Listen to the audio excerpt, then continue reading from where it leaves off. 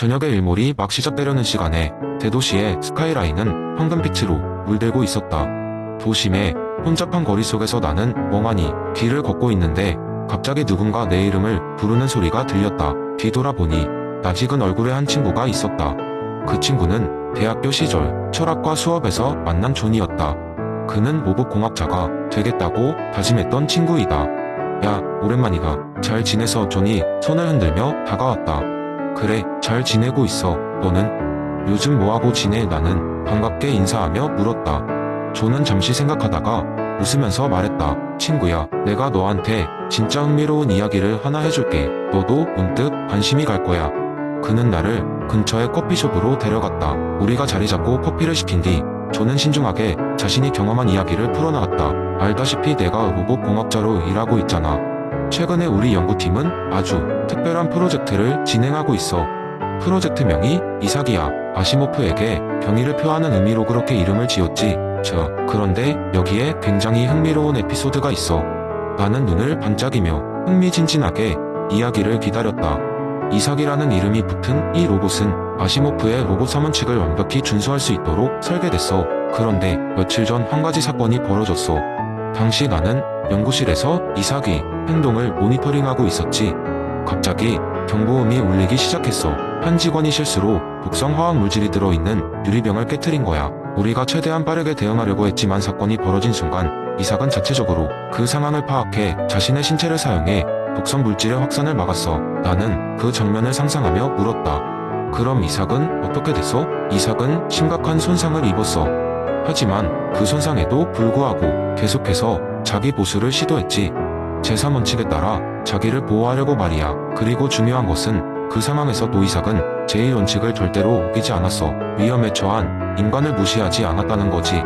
나는 존의 말을 듣고 놀라움을 감추지 못했다. 그래서 우리는 이 사건을 통해 로봇 3원칙이 얼마나 중요한지 다시 상기하게 되었어. 이 원칙들이 단지 소설 속 개념일 뿐만 아니라 실제로도 중요한 윤리적 기준이 됨을 실감했지. 기술이 얼마나 발전하더라도 인간을 보호하고 위기를 헤쳐나갈 수 있는 윤리적 기준이 필요해. 이삭이라는 로봇은 그 기준을 지키면서도 스스로를 보호하려는 본능을 보여주었고, 이 과정에서 정말 많은 배움을 얻을 수 있어서 이야기가 끝나자 나는 커피 한 모금을 마시며 깊은 생각에 잠겼다. 누구나 알고 있는 아시모프의 로봇 3원칙이 이렇게 현실에서도 중요한 문제를 해결하는데 쓰일 줄은 몰랐다. 그리고 무엇보다 그 원칙이 윤리적 딜레마 속에서도 로봇이 사람을 보호하는데 어떻게 적용될 수 있는지를 다시금 생각해보는 계기가 되었다. 존은 나의 반응을 보며 웃었다. 여기에 철학적 깊이가 있지 않겠어?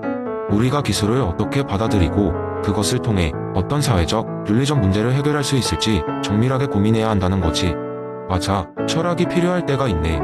나는 고개를 끄덕이며 말했다. 그날 밤 나는 존과 다시 대학교 시절로 돌아간 듯한 기분으로 여러 가지 얘기를 나눴다. 그리고 아시모프의 로봇 3원칙이 단지 SF 소설의 한 구절이 아니라 현실의 중요한 윤리적 기준임을 깨달았다. 이런 이야기를 통해 우리는 기술 발전 속에서 윤리적 책임의 무게를 더욱 깊이 이해하게 된다. 두 번째 이야기. 오래전 중국의 한 마을, 고요한 시골 풍경 속에 조화로운 냄새가 깃들어 있는 작은 평원에 티엔이라는 젊은 농부가 살고 있었습니다. 티엔은 항상 자기 밭에서 열심히 일했고 그의 인생은 나날이 흘러가는 평화로운 일상으로 채워졌습니다. 하지만 어느 날 마을에 커다란 변화가 찾아왔습니다. 그날은 마을 장터가 열리는 날이었습니다. 티엔은 이른 아침부터 밭일을 마치고 장터로 나갔습니다. 장터는 늘 그렇듯이 사람들로 북적였고 각양각색의 물건들이 진열된 모습이 눈에 띄었습니다. 그때 이를 채고 있는 이상한 사람을 발견했습니다. 그는 진기한 향을 풍기는 약초와 빛나는 보석을 팔고 있었는데 한눈에도 이웃 마을에서 온 상인처럼 보였습니다. 티엔은 호기심에 가까이 다가갔습니다. 상인은 웃으며 티엔에게 다가오는 용기를 띤 돌멩이를 건넸습니다. 이 돌은 단순한 돌이 아니오. 바로 공자의 인을 상징하는 돌이지요. 당신이 이 돌을 갖고 있다면 미래에 큰 혜택을 누리게 될 것이오. 티엔은 의아한 눈으로 돌을 살펴보다 상인의 말을 듣고 흥미를 느꼈습니다. 그래서 그는 그 돌을 사들고 집으로 돌아갔습니다. 얼마 후 마을에 큰 기근이 닥쳤습니다. 농작물이 자라지 않고 물이 고갈되었으며 사람들은 음식과 물을 얻기 위해 이리저리 헤매기 시작했습니다. 줄인 배를 움켜쥔 채 마을 사람들은 절망에 빠져 있었지요. 티엔은 곧바로 행동에 나섰습니다. 평소 자주 어울리던 친구 진이 생각났고 그의 농장을 찾았습니다. 진은 역시 기근으로 인해 힘들어하고 있었습니다. T에는 그에게 다가가 내게 조금 남은 쌀이 있지만 너와 나누고 싶어. 가족들과 나머지 이웃들도 도울 수 있도록 해보자고 말했습니다. 진은 감동하며 고맙네. T엔 당신이 준 쌀로 당장 가족들을 먹일 수 있게 되니 너무 감사해. 라고 말했습니다. 그렇게 T엔과 진은 마을 사람들에게 음식을 나누며 서로 돕기 시작했습니다. 시간이 지나며 T엔의 행동은 마을 전역으로 퍼졌습니다. 다른 사람들도 자신이 가진 것을 조금씩 나누기 시작했고 마을 전체가 기근을 이겨내기 위해 협력하게 되었습니다. 마을 사람들은 서로의 어려움을 이해하고 돕기 위해 힘을 합쳤고 기근을 극복하며 점차 활기를 되찾아갔습니다. 이 모든 것은 T엔이 상인에게서 받은 돌로부터 비롯된 것이었습니다. 그는 공자의 인을 실천하며 자신의 행동이 다른 사람들에게 미치는 긍정적인 영향을 깨달았습니다. T엔은 상인의 말이 현실이 되었음을 알게 되었습니다. T엔이 결국 돌을 던지며 웃으며 말했습니다. 진정한 인은 우리가 서로를 돕고 존중하며 행동할 때 비로소 완성되는 것이로구나. 마을 사람들도 이제 T엔과 함께 인을 실천하며 공존과 조화로운 삶을 살아갔습니다. 그 이후로 마을은 다시는 기근으로부터 위협받지 않았고 모든 사람이 서로를 사랑하고 배려하는 삶의 방식을 이어갔습니다. 세 번째 이야기 초가지옥에 작은 마을에 신비한 인물이 살고 있었습니다. 그의 이름은 노막이고 사람들은 그를 마을의 현자라 불렀습니다. 노막은 항상 차분하고 온화한 미소를 띠고 다녔고 그의 지혜로운 말은 마을 사람들의 깊은 인상을 주곤 했습니다. 마을 사람들은 노막이 단순히 현인이라고 생각했지만 그는 맹자의 성선설을 바탕으로 삶을 살아가고 있었습니다. 그는 모든 인간이 본성적으로 선하다는 것을 믿었고 자신이 직접 그런 본성을 사람들에게 알리고자 노력하였습니다. 하루는 마을에 이례적인 마을 축제 준비가 한창이었습니다. 축제는 즐거움이 넘쳐 흘렀지만 평소 인심이 험악했던 두 사람, 첸과 을이 충돌하게 되었습니다. 첸은 임시 키오스크에서 간식을 받고 있는데 을이 그를 밀쳐가며 무례하게 음식을 요구했기 때문이었습니다. 이 상황을 목격한 노막은 가만히 다가갔고 양쪽을 분리시켰습니다. 그리고 사람들의 주목을 한 몸에 받으며 첸과 을을 끌어안듯 말을 걸었습니다. 첸, 넌 사람을 사랑하는 마음, 즉 인을 가지고 있지 않니? 노막이 물었습니다. 첸은 잠시 당황했지만 노막의 눈빛 속 부드러운 빛을 보며 고개를 끄덕였습니다. 노막은 이어서 을을 보며 말했습니다. 왜, 넌 옳고 그름을 분별할 수 있는 의가 있지 않니? 내 마음 깊은 곳에서는 이렇게 무례하게 행동하는 것이 옳지 않다는 것을 알고 있을 거야. 을도 잠시 혼란스러워 보였지만 마찬가지로 무언가 자신 안에서 깨닫기 시작한 듯 했습니다. 노막은 계속해서 그들의 눈을 바라보며 말을 이었습니다. 우린 모두 예절을 중요시하는 마음, 즉 예를 가지고 있어. 무례함 대신 존중을 선택하는 것이 우리를 더 행복하게 만들지 않을까?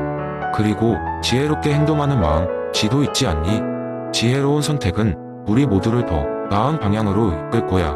척척하게 말문을 연 노막의 말에 첸과 을은 고개를 숙이며 사과했습니다. 그들은 곧바로 서로의 잘못을 인정하고 서로를 다시 존중하겠다고 약속했습니다. 이 일을 목격한 다른 마을 사람들도 많은 것을 배웠습니다. 그들은 노막의 말을 상기하며 자신들도 각자의 사단을 따라 살아가려고 노력했습니다. 사람을 사랑하는 마음, 옳고 그름을 분별하는 마음, 예절을 중요시하는 마음, 그리고 지혜로운 행동의 마음을 잊지 않기로 결심한 것입니다. 그날 이후 마을 사람들의 태도는 놀라울 정도로 변했습니다. 이웃 간의 다툼과 불화는 점차 줄어들고 공동체는 더욱 끈끈해지며 협력과 배려가 넘치는 곳으로 거듭났습니다.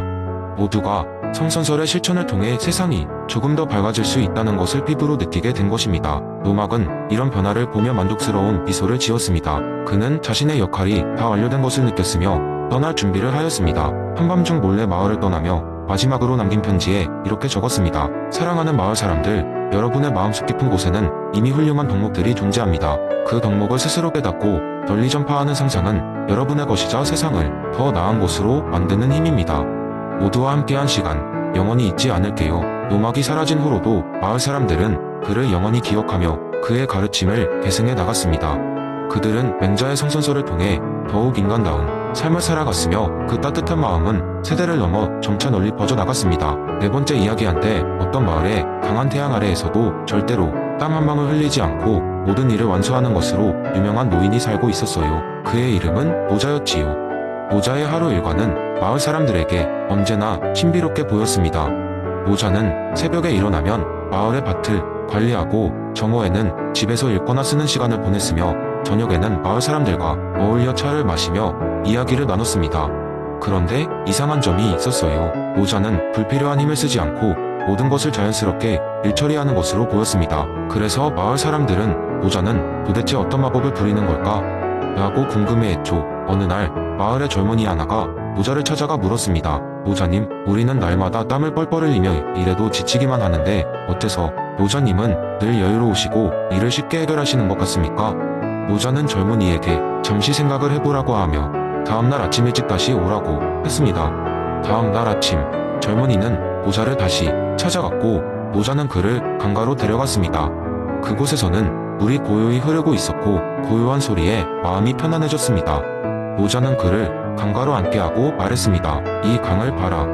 물은 그냥 흐르는 대로 흘러간다. 속도를 내지 않으려고 하며 흐르는 대로 흐를 뿐이다. 그러나 이 물은 특정한 목적지에 도달하지 않아도 이미 완벽하지 않느냐? 젊은이는 강물이 흐름을 보며 조금씩 이해하기 시작했습니다. 물은 그저 자신의 본성을 따르고 있었고 그래서 지치지 않고도 끊임없이 흐를 수 있었습니다. 모자는 이어서 말했다. 무의란 바로 이런 것이다. 아무것도 하지 않는 것이 아니라 자연스럽게 흐르며 필요한 것을 최소한으로 하는 것이다. 억지로 흐름을 거스르지 않고 그저 자연스럽게 모든 것을 맡기는 것이지. 너도 일을 할 때 자꾸만 더 빠르고 완벽하게 하려고 애쓰지 말고 자연스럽게 흐르는 대로 맡겨봐라. 그러면 어차피 일이 올바르게 이루어질 것이다. 젊은이는 모자의 말을 깊이 새기고 평소와 다르게 억지로 노력하지 않고 더 천천히 자연스럽게 자신의 일을 하기 시작했습니다. 놀랍게도 그는 이전보다 훨씬 더 적은 노력으로만은 일을 효과적으로 할 수 있게 되었고 동시에 마음의 평화를 느낄 수 있었습니다. 그 후 마을 사람들도 모자의 철학을 배우기 시작했고 마을 전체가 더 평온하고 조화롭게 변해갔습니다. 모두가 무의의 개념을 이해하고 실천하면서 그들은 자연스럽게 이루어지는 삶의 아름다움을 깨닫게 되었습니다. 그리고 그들은 모자의 가르침 덕분에 더 이상 불필요한 노력으로 지치지 않고 눈부신 태양 아래에서도 땀을 흘리지 않는 비결을 터득하게 된 것이었죠. 이렇게 모자의 무의의 철학은 한 마을을 변혁시키고 그들에게 자연의 흐름을 존중하며 살아가는 법을 알려주는 하나의 아름다운 이야기로 전해져 내려갔습니다.